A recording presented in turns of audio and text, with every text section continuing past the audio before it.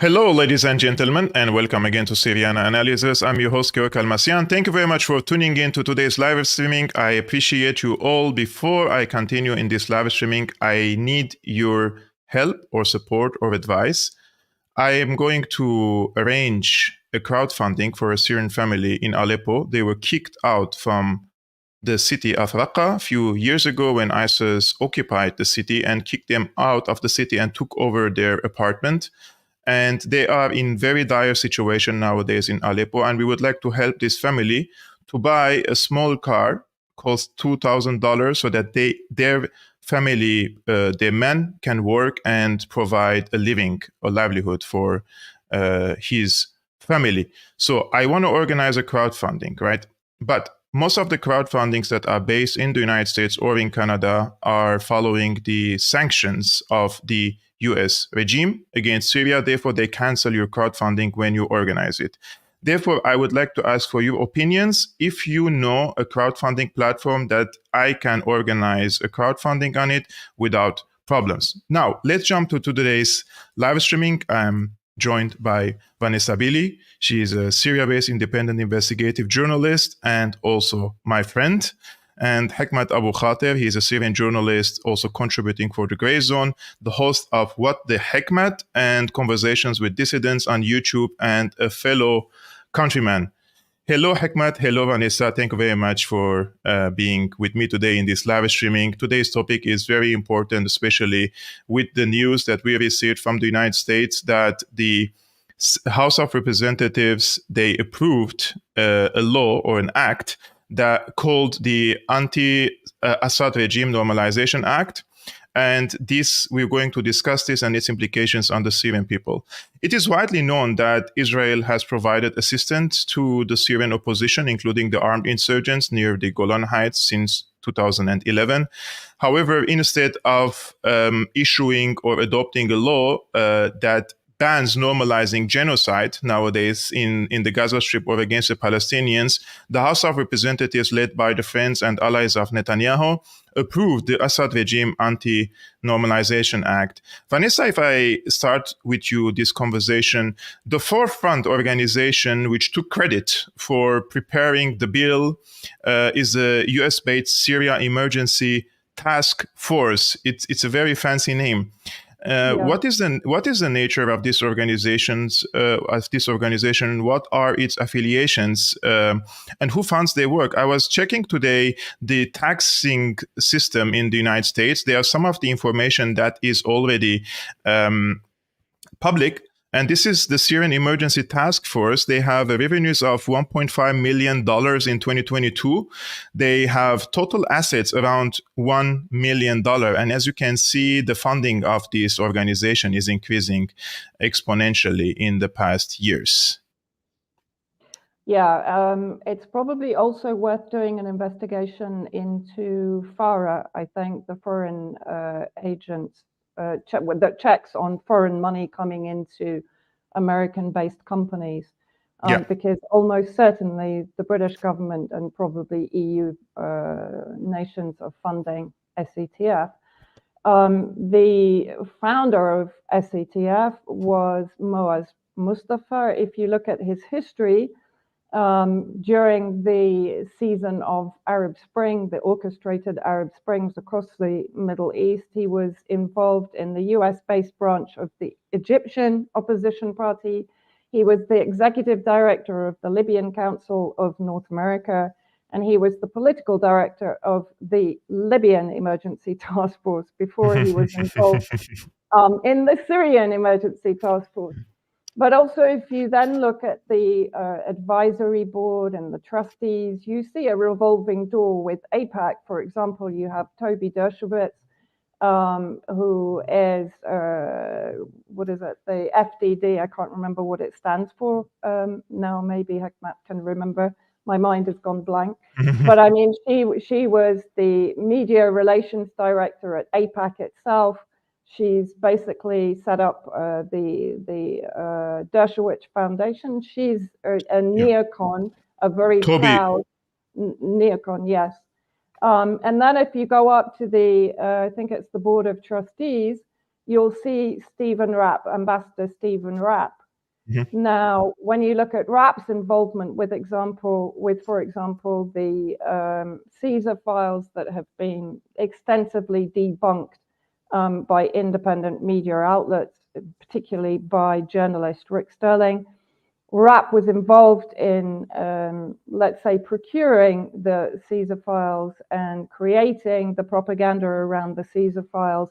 But he's also on the board of commissioners for an organization called CIJA, the Commission for International Justice and Accountability, which again has this same revolving door with neocon, with British military intelligence, and is involved again in procuring very suspect files that criminalize the Syrian government. So what you see is this constant merging of organizations and individuals to effectively push through American foreign policy that, of course, is the balkanization and the destabilization of Syria and the removal of the Syrian government and the presidency, basically, and the funding of terrorism in order to do so, which, of course, as you've mentioned, is backed by Israel. And one thing I do want to point out, which is very important to show the absolute insidious nature of SETF, right? Recently, they announced in June 2023, Operation Syrian Oasis. Now, what does this involve? This involves the liberation of the Rukban refugee camp, which is under the control of the illegal US Al Tanef military base on the border with Jordan in the southeast of Syria. Yes. And what is extraordinary, even on the SETF website, they make it very clear that they are bringing aid into the Rukban camp from the military base, the US military base of Ain al-Assad in Anbar, Iraq, which is then brought into Al Tanef military base, where the US is recruiting and training terrorist groups that include ISIS. Rukban is also described as a recruitment and training center by civilians that have managed to escape the occupation of Rukban by American-backed forces and terrorist groups. And of course, what people will not understand is that there's a 55-kilometer exclusion zone established by the US around this entire area. So for SETF to be making, one, the claim that they liberated Rukban camp when effectively it was occupied by the United States, and the United States was preventing Syrian and Russian aid entering the camp and imprisoning and holding Syrian civilians hostage. SETF is being very the fact that they're bringing so-called aid in from a US military base in Iraq to a US military base in Syria that is then being funneled to a terrorist recruitment and training center in Rukban. I think people have the rationale to be able to understand what that connection exactly means. Hekmat, here, if you want to sum up the content of this bill, the Anti-Assad Normalization Act, and its implications on what they call the Syrian regime vis-a-vis the 50 million people living in government-held areas. How can we evaluate and assess the impact on the Syrian regime and on the Syrian people? Yeah, can I share my screen real quick? Yeah. All right.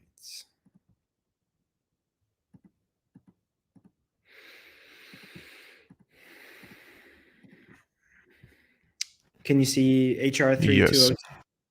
Yeah, so HR 3202 was introduced on the 13th of February, and yesterday was voted almost unanimously with only 32 votes, no votes, majority Democrats. It's the technical term is Assad Regime Anti-Normalization Act of 2023. And the idea behind it is three-pronged. It's anti-normalization, increase in sanctions, and essentially bullying the United Nations. So let me go through these really quickly and give the audience an understanding of what this bill entails. So the main crux of this bill is essentially trying to prohibit any of the regional state actors in the Middle East from normalizing or from potentially having any form of economic interaction with the state of of Syria. And as you can see here, the bill requires the Secretary of State to submit a report on the strategy to counter actions of foreign governments seeking to normalize relations with the Assad government.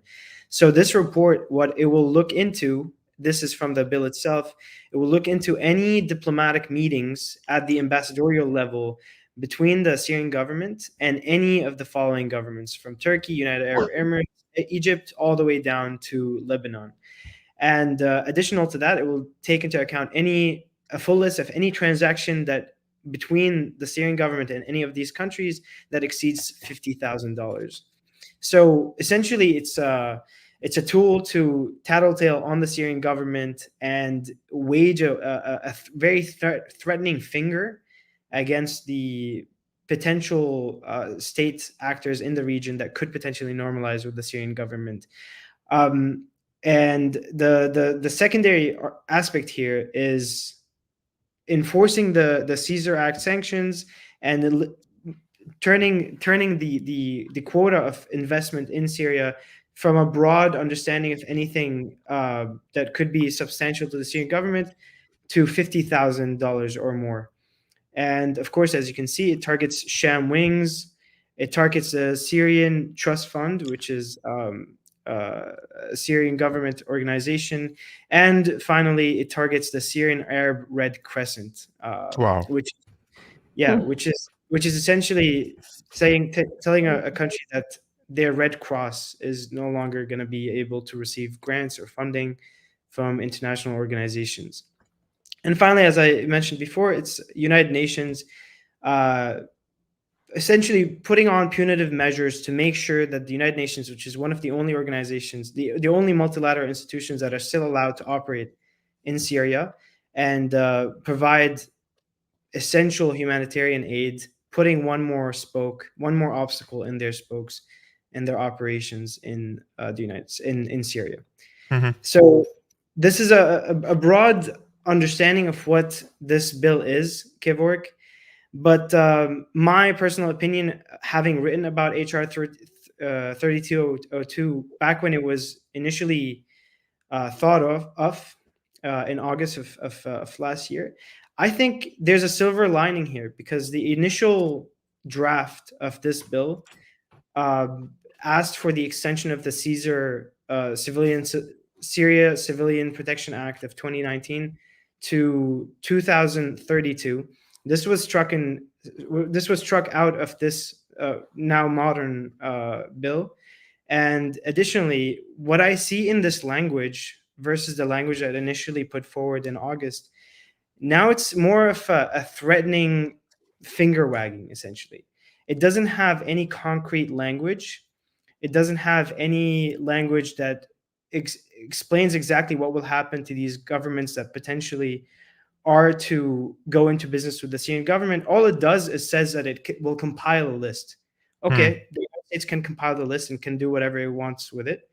And the other silver lining for specifically the United Nations, this is nothing new. The United Nations has been constantly under pressure from the United States government, from Israel, from most of the West, to treat certain countries like Venezuela, Cuba, Syria, Botswana, Zimbabwe in a deferential manner, to look into their exchanges, to scrutinize any form of economic activity that's happening in these countries. This is nothing new, and the United Nations is very well capable of dealing with the bullying tactics of the United States and their representatives in the United Nations. So I guess what I'm trying to say is that there is a little bit of a silver lining here, that this bill, the way it was contrived initially, seems to have been watered down now that it's actually reached Congress. Vanessa, there are two leading figures that I have seen, one of which is Representative French Hill, and the other one is Joe Wilson. And they have made very clear their position as well for being pro-Israel and in the continuation of the onslaught against the Palestinians of Gaza, and even they were condemning the ICJ during after the the provisional measures. I mean, here, what do we know more about the French Hill and Joe Wilson? What are their motivations? I mean, the timing of it, right? And their affiliations, if you can tell us a little bit about them. Yeah, well, I mean, French Hill, I know a little bit more about. I mean, he's the representative for Arkansas, and he very recently, in I think it was August 2023, escorted by the Syrian Emergency Task Force, just as John McCain was in 2013 by Muaz Mustafa. He went to northwest Syria under the control of Al-Qaeda and various affiliates, and he was accompanied by the Syrian Emergency Task Force during that visit. But French Hill was also responsible for the introduction of the Captagon Act, which was brought in 2021. It was originally known as the Countering Assad's Proliferation, Trafficking and Garnering of Narcotics Act. And of course, it was, it was put together really to present the Syrian state as a failed narco state, and present the fact that allegedly President Assad and the Assad family were personally involved in the manufacture and trading of Captagon, which is an amphetamine drug that was known to have been used by the various armed groups, including Al-Qaeda, Nusra Front, and ISIS. I myself interviewed people that had survived ISIS and Al-Qaeda attacks and who described the effects of Captagon on the terrorist fighters. Equally, in the terrorist attack in Al-Qa in Lebanon, a Christian community, by extremist factions that had fled Syria and were camping as refugees on the doorstep of Al-Qa in southern Lebanon, also carried out a multiple suicide bombing attack. And again, there it was described to me the effects of Captagon, which effectively prevent the body's adrenaline inhibitor working, so the adrenaline keeps rising to the point where you don't feel pain, you don't feel any effect, you don't feel fear, etc.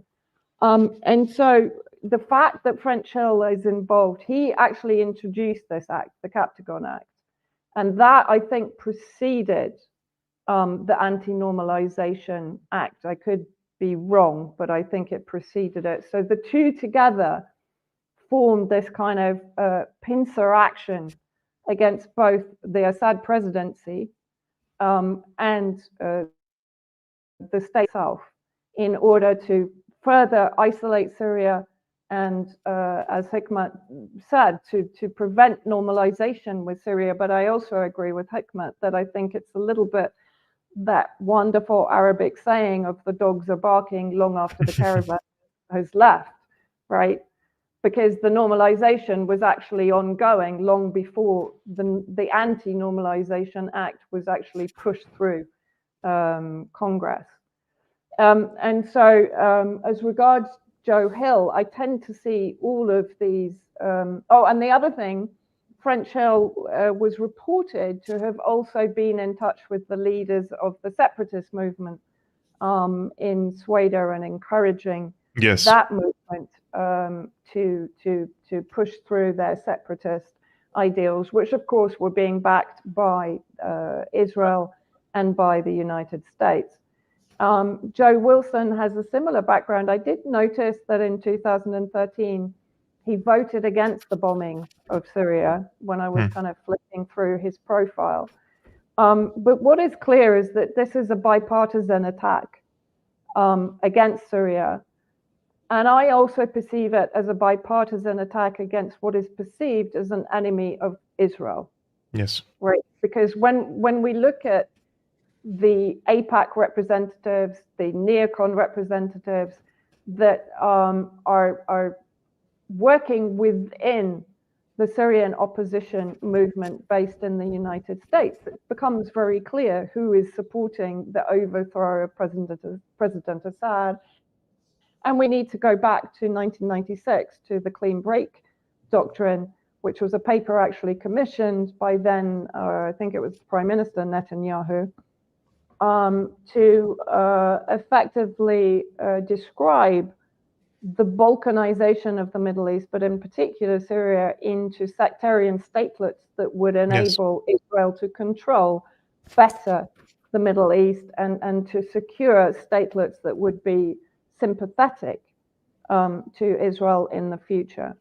And so, I think basically what we have to read from this is that these Republican and Democrat representatives are doing Israel's work in the region.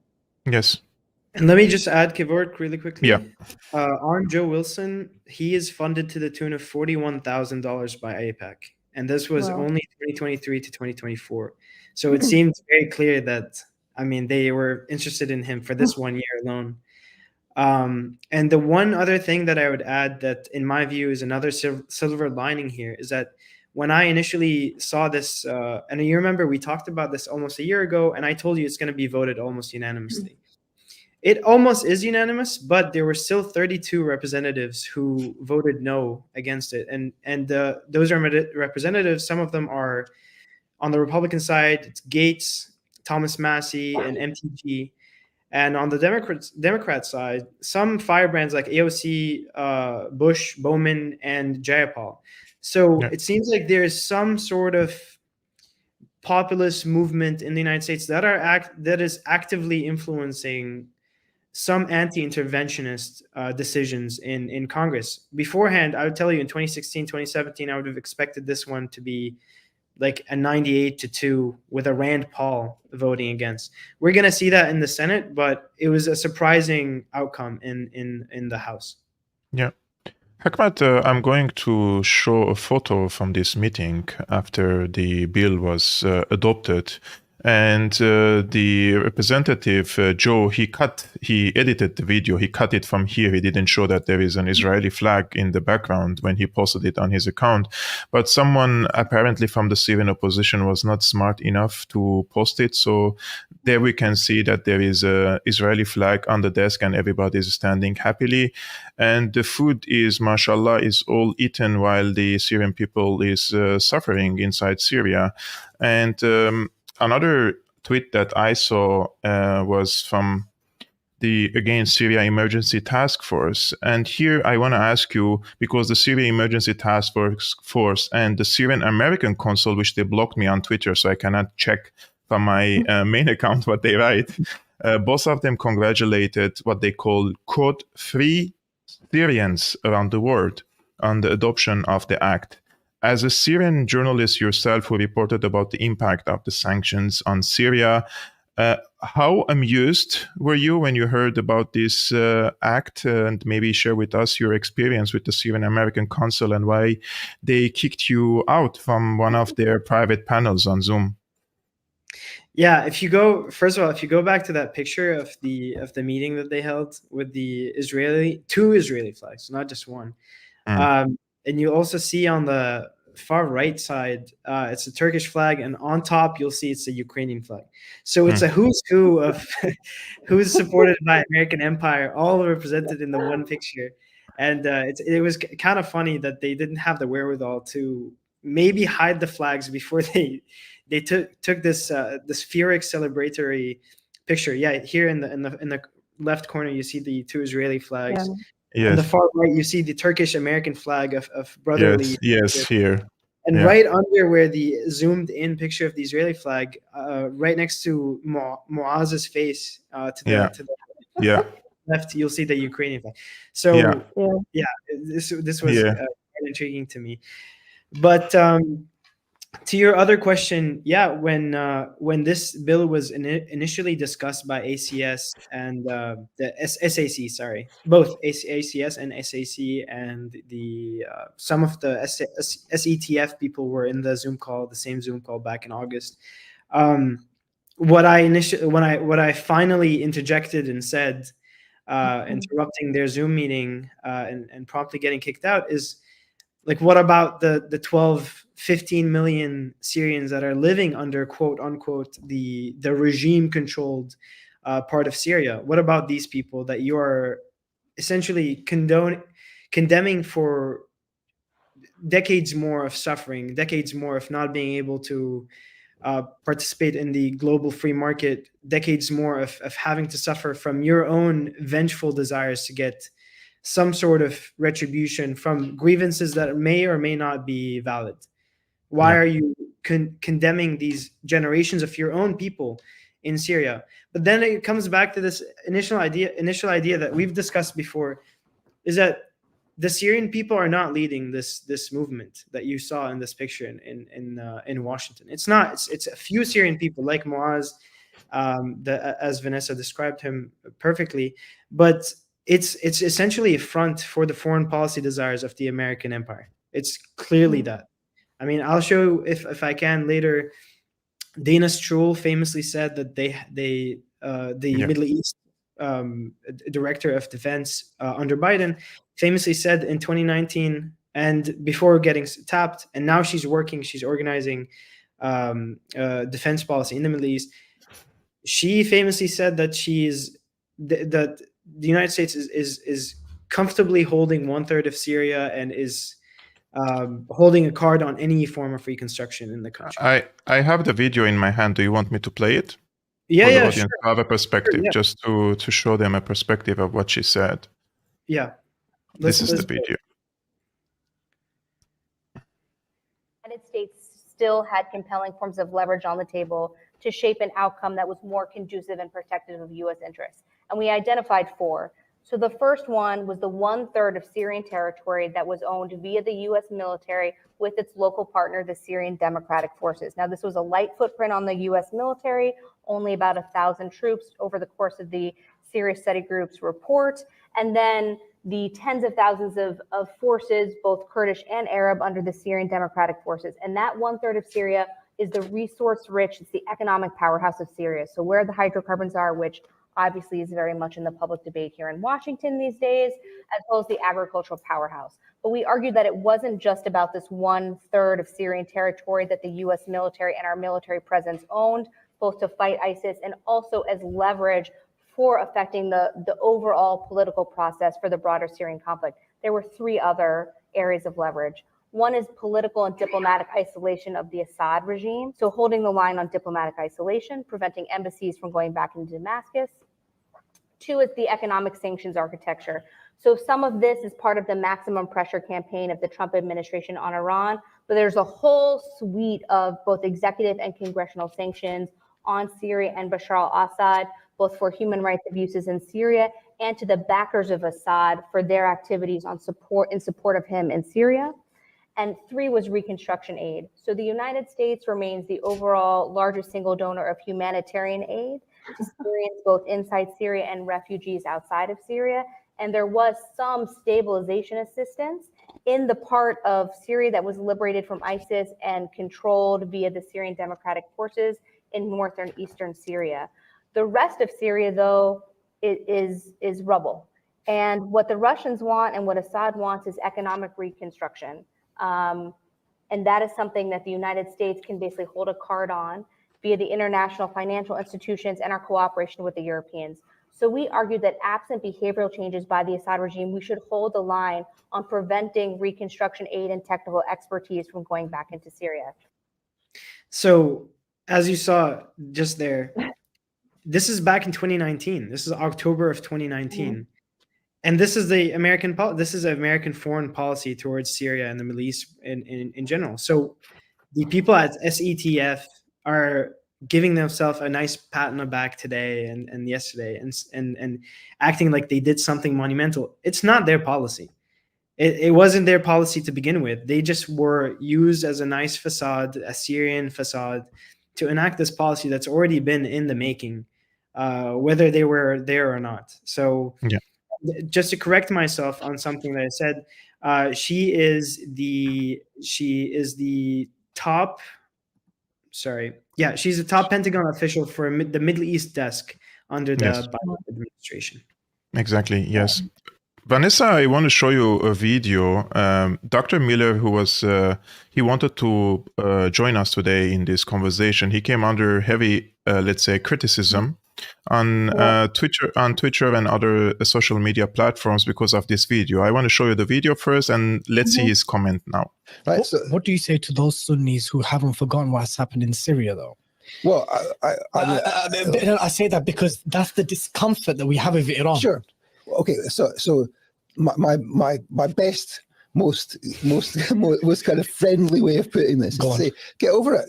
Look, I have a completely different understanding of what happened in Syria than you do, right? Sure. But you know, the main enemy, it's not Assad, it's the Zionists. And let's fight about Assad later if you want, right? Mm-hmm. But we don't need to fight about Assad just now. We need to fight the Zionists. They're the main enemy, and their main support is U.S. imperialism. So let's be clear. You know, we shouldn't have grudging. I'm sorry, I'm speaking as if I'm a Muslim now. There shouldn't be grudging alliances between Sunni and Shia, or between different parts of Shiism and different parts of Sunnism. There should be wholehearted brotherly alliances to get rid of the Zionists. It's the main threat to world peace. Do you understand the caution, though? Of course, I understand that. So, because of this segment, he came under attack by Celine. Celine is, of course, she works in the media desk of the Syria Emergency Task Force, and he replied to her by, of course, raising her background in the foundation, but also here he raised a very good point, in my opinion. And he says, after I won my tribunal, Celine attempted to sabotage my legal fundraiser by whipping up British Sunnis into sectarian hysteria over the failed NATO and Zionist regime change campaign in Syria. Such tactics are part of a US strategy to undermine support for a material resistance to Zionism. It's worked a treat over the past decade. Some British Sunnis still do not know that almost every organization invented to overthrow the Syrian state, from the Emergency Task Force, CIA cutout, to the White Helmets, MI6, was a NATO or Zionist intelligence operation. The days of being duped are over. There are no excuses for ignorance anymore, and there can be no accommodation with US imperialism. Only a coherent anti-imperialism and a consistent anti-Zionism applied globally, from the wars in Sudan and Somalia to Palestine and Syria, will defeat the enemy. I'm going to be very, very honest with you, Vanessa. I mean, I've seen many pro-Palestine, from the pro-Palestine community, who unconditionally, let's say, support Palestine, and they call out the propaganda and the reporting of the mainstream media. But when it comes to Syria, we can see that these same people are with the mainstream and with the legacy media and with the Zionist, let's say, narratives against Syria itself. How do you explain this contradiction? And what is the root cause, let's say? There are multiple causes, I believe, but how do you evaluate that? That's a very interesting question. I mean, I think if you look at the history, the 75-year history of regime change in Syria, operations, clandestine operations by CIA and MI6, which is the organization that has consistently been weaponized against successive Syrian governments that have, let's say, alliance with Soviet Union, with Iran, that defend Palestinian resistance, that would not sacrifice their allegiances, their historic allegiances, and that includes China, of course, with the Belt and Road Initiative, that is a historical partnership goes back for centuries between Syria and China. And all of those successive governments from 1946 onwards were targeted by the Muslim Brotherhood factions inside Syria that were effective for Western foreign policy and have been used consistently and globally to destabilize, to overthrow successive governments that are not compliant with US foreign policy. If we look at the Palestinian resistance movement, of course, we have elements of Muslim Brotherhood within those resistance movements, and I include Hamas. There is also a very strong Muslim Brotherhood lobby in the United States and in the UK. And I know at the beginning of the regime change war against Syria, we were seeing, and I have many friends that suffered intimidation by Muslim Brotherhood factions in the UK when they tried to speak out about what was actually happening inside Syria and to protest the violent protests that were gathering momentum inside Syria. They were effectively intimidated and threatened by the Muslim Brotherhood factions inside the UK. And I'm sure that the same happened in the US. But sadly, I think what happened, I mean, you gave me actually the verb for it. Many people within Palestine itself, and I've been speaking to friends inside Gaza since October the 7th. And I lost many friends in Gaza when I started to speak out about the regime change war against Syria. I lost many friends in Gaza and in Egypt because they were being Al Jazeera-tized, right? we have, and that's I give you full credit for that, but it's perfect. Because we have to remember that Qatar, which is the absolute hub of the Muslim Brotherhood movement, was pouring billions into the regime change war in Syria, and it's won the Palestinian resistance as a result, right? Yes.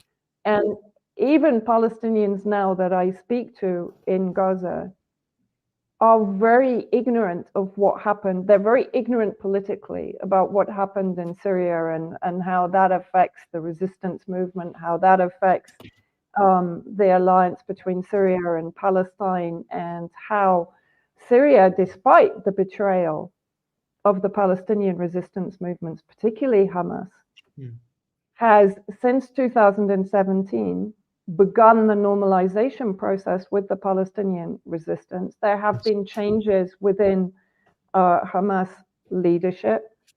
Sayed Nasrallah was instrumental in bringing about this normalization process, right? Because Hamas was instrumental in the destabilization campaign against Syria. We know this. Yarmouk camp was a situation engineered by Hamas to allow the entry of Al-Qaeda into the camp itself and to hold Palestinians hostage within the camp. And of course, Western media portrayed it as the Syrian army besieging the camp and killing Palestinians inside the camp. But Sharmin Nawani wrote one of the best articles ever because she took the time to go to all of these refugee camps very early on in the war. And I think the article is called Stealing Palestine. I recommend it to everyone to understand fully the role of the Muslim Brotherhood during this process of Western regime change against Syria. And so I think we have a situation where honestly many people, if they are not actually in the disinformation complex, like I would consider Celine to be, because she's been co-opted into the Syrian Emergency Task Force, but there are many people that were completely misinformed and are still being misinformed within Palestine and outside Palestine. And I think this is something that really needs to be addressed outside of the co-opted organizations, but outside that, within the Palestinian movement, because I think there are genuinely people, there were independent media outlets that were also misinformed and confused by the Muslim Brotherhood narratives. Because Muslim Brotherhood is so influential within the pro-Palestine movement, right? So there were many independent journalists that didn't cotton on for 4 or 5 years what was actually really happening in Syria. So if they were confused, then we can understand why many Palestinians were also confused, because they didn't have that broad spectrum of information. I remember, this is a personal story, but I remember in 2013, I was in Gaza during the Zionist aggression 2012. I was back there in 2013 in April at the time that Israel bombed Damascus. And it was a massive explosion, if you remember. People were even debating whether it was nuclear or tactical nukes, etc. And I remember sitting with a Hamas spokesperson at a table with friends of mine. And I asked him, you know, what was Hamas' reaction to this explosion? He said, well, what do you expect? The Syrian regime crossed Israel's red line. They supplied weapons to Hezbollah. Seriously, my jaw hit the table. And all my friends sitting around with, huh?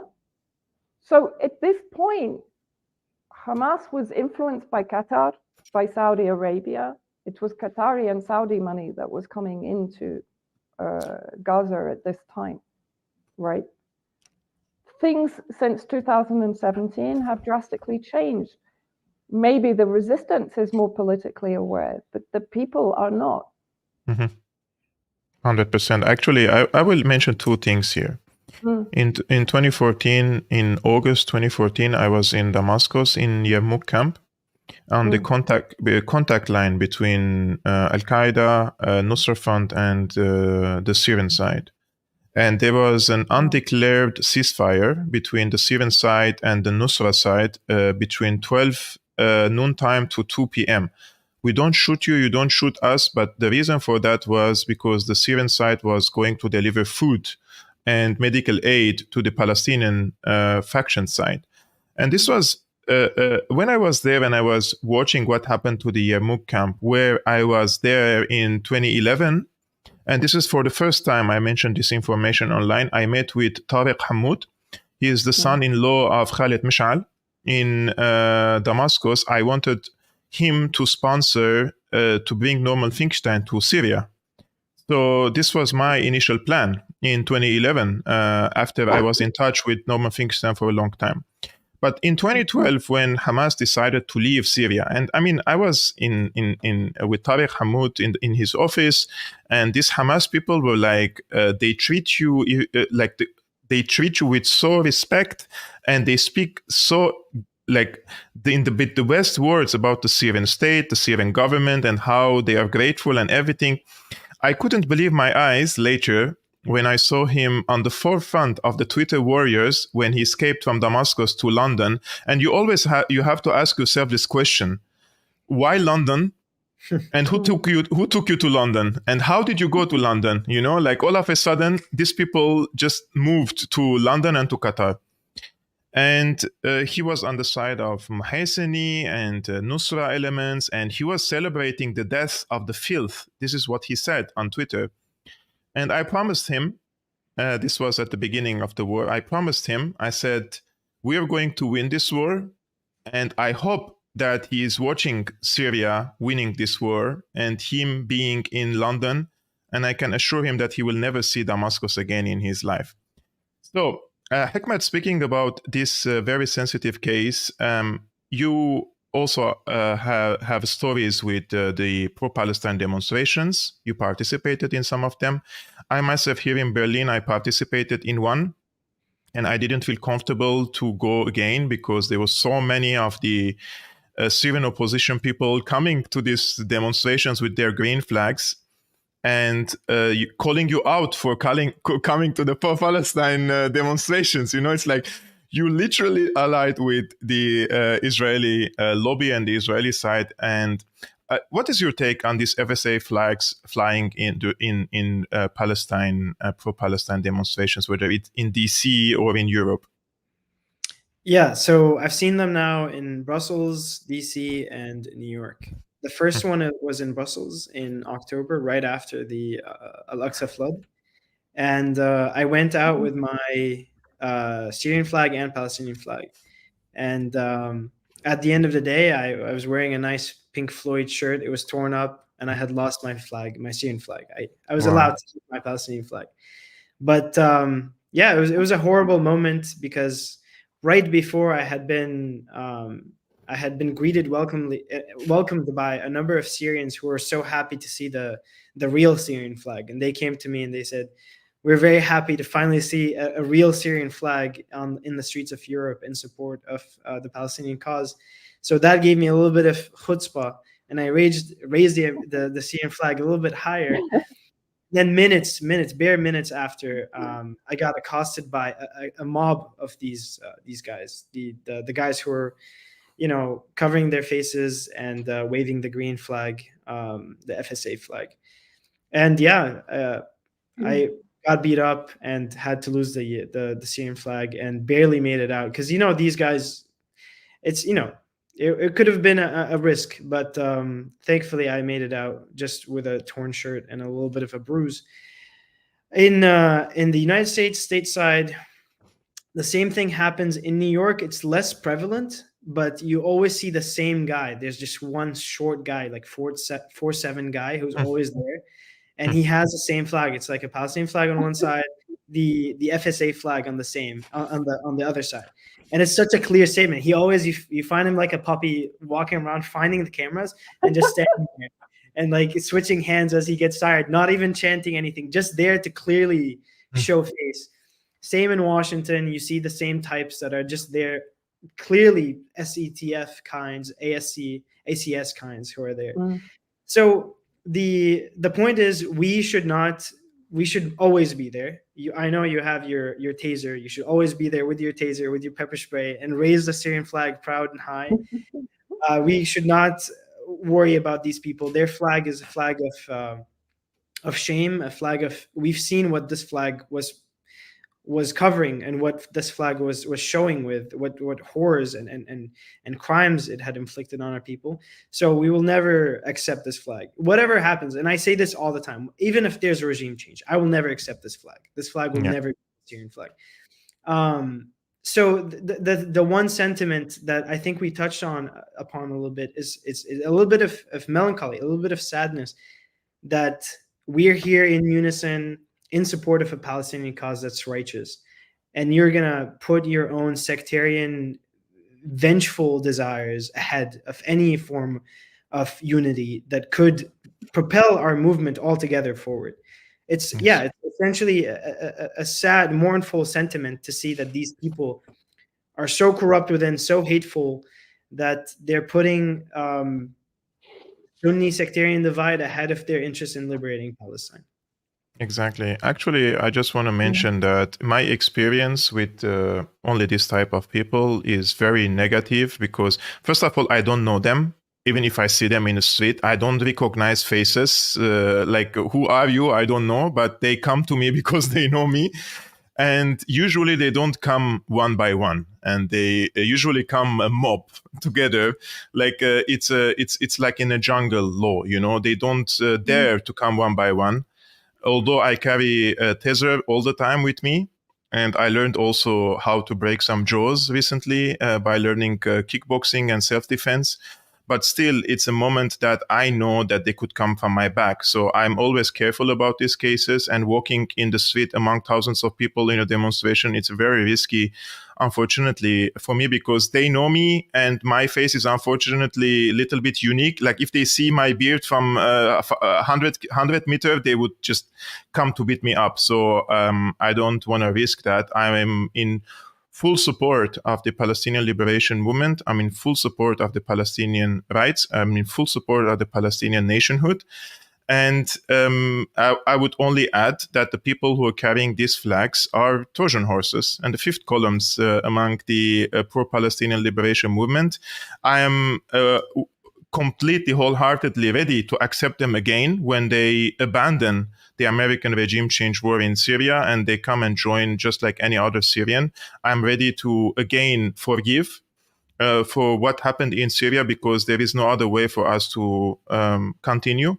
But as long as they are collaborating with this, we discussed today, this topic was very important. Like they're directly collaborating with the Zionist representatives in the House or in the Senate, and they're issuing laws that serve the Israeli interest in Syria and not the interest of the Syrian people, then we have to call them what they are: traitors And I hope the people of these organizations are watching us, especially from the Syrian Emergency Task Force and the Syrian American Council, because they do, and accordingly they block me on social media platforms. And this was our today's topic, guys. All the relevant links of Vanessa and Hekmat, guys, their accounts on X and their podcasts, their work, their Substack is in the description below. I see some of the comments say I didn't find Hekmat on Twitter, but I put the link in the description below so you can hit him a follow. And Vanessa's work, very important on Substack. Also, you can hit her a follow. Vanessa and Hekmat, thank you very much for being with me today on this live streaming. It was great chatting with you and speaking about this very important case. Thank you, Kevork. Thanks, Guys, Kevork. you are so welcomed. Guys, I will do another live streaming tomorrow. Tomorrow is Friday, 5 p.m. Central European time. So stay tuned, subscribe, hit the like button before you leave this video. That would be great for me to navigate through the algorithm of YouTube. And if you like to support my independent work, you can see the link scrolling on the screen, patreon.com/Syriana analysis. And I will see you tomorrow. Peace be upon you. Salam.